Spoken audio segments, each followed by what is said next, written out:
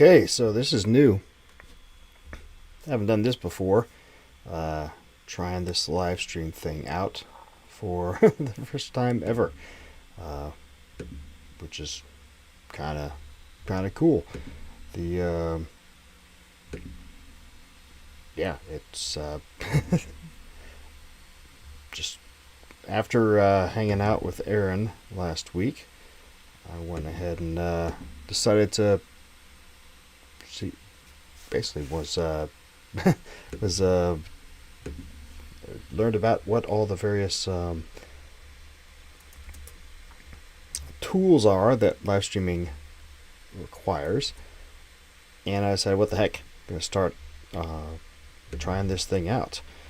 So here we are. No doubt this is going to be extremely ugly to start with, and that's okay. But I wanted to do this primarily because tonight I just finished watching, for the first time ever, the Mandalorian series, and I figured I'd share some thoughts on it right now with you guys, the 0 or 2 of you who happen to be out there who may be looking at it. But that's okay. It's the first time out, and we'll just see how it goes.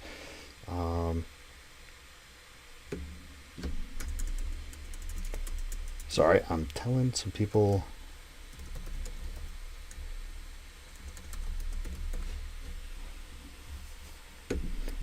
I'm just sharing it, sharing the fact that I'm doing this right now with some people, just to maybe get a couple of people in here, or maybe not. Doesn't matter. But yeah, so the Mandalorian. When I first learned about the fact that this series existed, I was kind of like, meh, because after the debacles that were the Disney, sequel trilogy movies, I really had no interest in Star Wars anymore after The Last Jedi. And The Force Awakens, I went and saw The Force Awakens. It's funny because we saw it a little bit later than, I think about a week after it came out the first time. I think we saw it a week later. And various and sundry other people had come out and said, "Oh man, it was great, I loved it." And went into the theater, I was expecting it to be awesome. And we saw it in 3D IMAX, and yeah, it was obviously a visual spectacle. But as I'm watching it a couple times, I was like, well, that's what the stupid fan service is, a little cheesy. But at the same time, I kind of dug it. I came back and told everybody else that, yeah, I dug it, and I did. Because there's a lot of, okay, looking back on it, there's a lot of chicanery and silliness, and there's not a lot of depth to it. But on the first viewing, there was enough there to dig into at least a little bit. It's the standard mystery box thing. It was like, who the hell is Rey? And is she related somehow? And how did the lightsaber get there? And all this other sort of thing. And I came up with this whole theory of her lineage. And I think I've wrote a couple blog posts about it back in the day. You can find it on the blog. But wasn't much in the way of insight that ended up being correct. But it drew me in. It was enjoyable enough. Of course, the parts that I liked most were the parts involving Rey, right? I mean, it's like, how, even the first time viewing, was like, how the hell is she able to Jedi mind trick people? But, Finn I liked a lot. Especially when he gets the sword and lightsaber and he's like, come and take it! And even though he doesn't know what the hell he's doing, I was like, yeah, that guy's awesome. A real shame what they did with that character later on. Utter debacle. Because that, Rey was, a nothing burger, but Finn actually was interesting. They could have done great things with him, but they never did. Anyway, but going into the Last Jedi, I was like, okay, there's enough there. I hope / think they'll do something cool with this. And of course, the exact opposite happened, right? This debacle, and I never went and saw. In fact, I wrote a long blog post about how much The Last Jedi sucks. Basically, as soon as I got back from seeing it, it sucks so bad. Man, me and the ex-wife had split up by then, but we still went and saw the movie together because we both like Star Wars, and it's one of those things that we're not enemies, right? We're still friendly, because we gotta take care of the kids together, and because we're legitimately friendly. She hated it so much she didn't remember we'd gone to see it. But that's, anyway, I wrote a blog post about how much it sucked pretty much as soon as I got back from seeing it, and as a result, I never went and saw Solo. I did see Rogue One, but only after it came out on Netflix. I never went and saw The Rise of Skywalker, or I guess really The Rise of Palpatine, right? Although I've seen enough and know enough from watching reviews and reading enough, I know the plot of the whole movie, and I know exactly what happened, which is the other reason I'm never going to see it, because it's just what in the hell? As soon as they started, from the moment the trailers came out, it's like bringing Palpatine back. Okay, you guys have no clue what the hell you're doing. Which, after what Rian Johnson with The Last Jedi, he completely torpedoed the entire series. So, I mean, in reality, what the hell are they going to do? But still, it's inexcusable.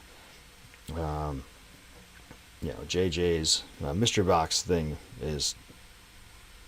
can be interesting, except that he goes in and has set up these mystery boxes and never has an idea of has no clue how to solve them, and so it just like with the with Lost, total letdown when the final solution comes out, because same thing here, but worse, because in the process of having no resolution, they spat on all the characters that you loved, and completely destroyed everything the characters you loved did. So thanks a lot, jerks. As a result, when The Mandalorian, I heard that was coming out, I had no interest. No interest in anything in Star Wars. Not just because of that, because I'm convinced that Disney is an evil, satanic, culture-destroying company that is intent on destroying culture for satanic, evil purposes. Which I know is repetitive, but yeah, it's true also. So I resolved never to give them any more money, and so I'm not getting Disney Plus and all that stuff. But lo and behold, the ex-wife sort of came to the rescue, because she doesn't care about any of that. She's like, go Disney, I'm going to buy Disney Plus, it's cool. It's like, oh, great, well, have fun with that. But, she came over one day and installed Disney Plus on my Roku TV and signed in on her account. And it's like, here, you can use my account, watch it. I'm like, well, I'm not gonna. And then I'm sitting there thinking, I was like, well, there's a couple of those old Avengers movies I never saw. I'll go with it. And there's, I heard The Mandalorian's good. So over the last month, I've been watching The Mandalorian and realizing, holy cow, this actually was good. And, Jon Favreau and Dave Filoni did it. And, like Jon Favreau's work, I don't know Dave Filoni except that before now. But, from hearing Doomcock and other people talk about the series, like oh, it's great. It's great. They respect it. They respect the legacy, and it's great. And it's like, okay, cool. Well, we'll give it a chance. And, holy cow, this is how you do a follow-up series that's respectful, but while doing something new. Which is the other reason the Disney sequels to Star Wars sucked, because it wasn't anything new. All they had to do was go to Timothy Zahn and throw him a bunch of money and say, we're going to make your Thrawn books into movies. Boom! There's your follow-up sequel trilogy, right? I mean, it would have been infinitely better than what they did.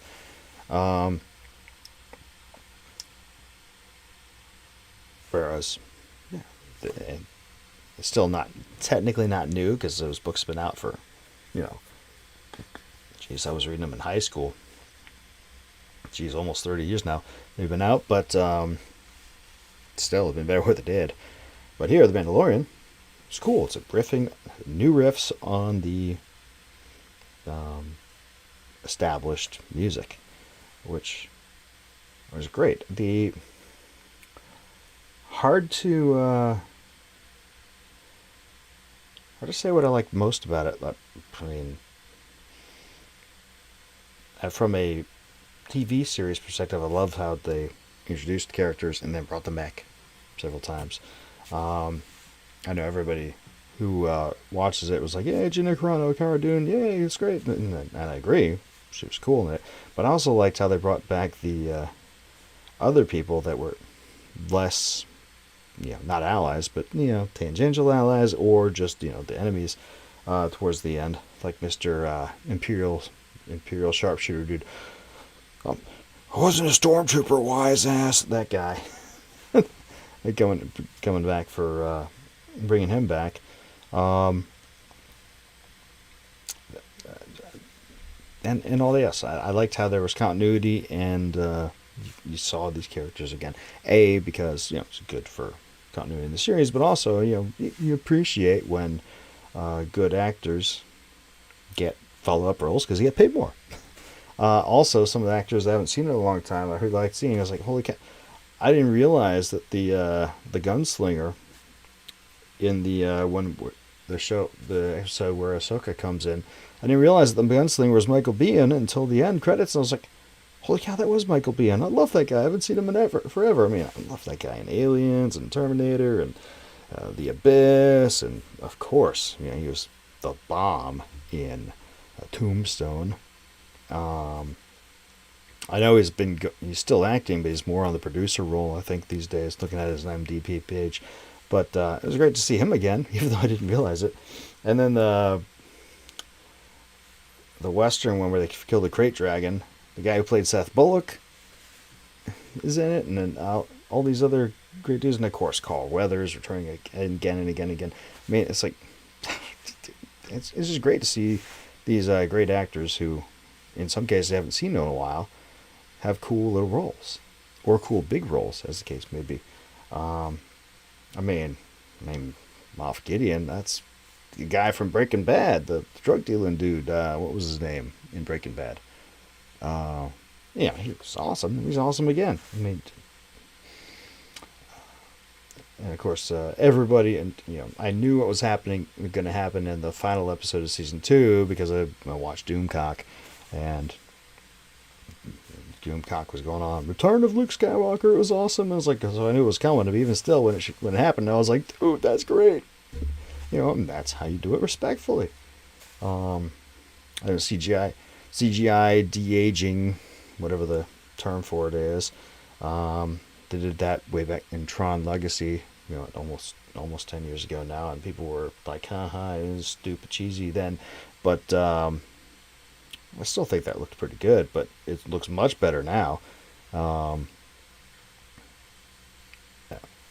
So, yeah, that was pretty great. Interesting to see what happens in this third season that's going to be coming out here. As I understand it, as I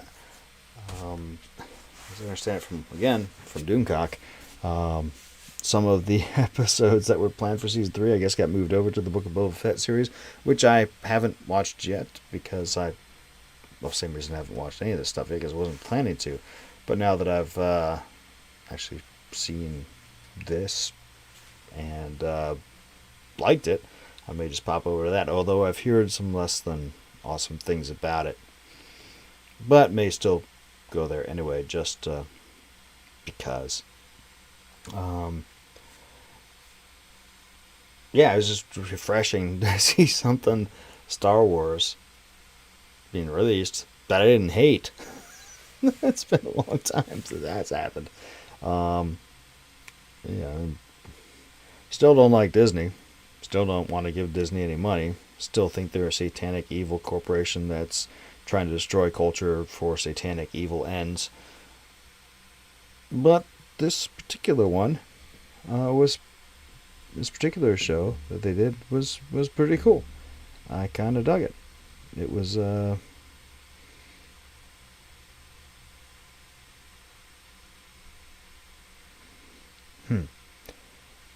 So yeah, sorry, just got distracted by a message. The Somebody said they hear a hiss. You know what it is? It's the fan on my computer. For what it's worth. Anyway, where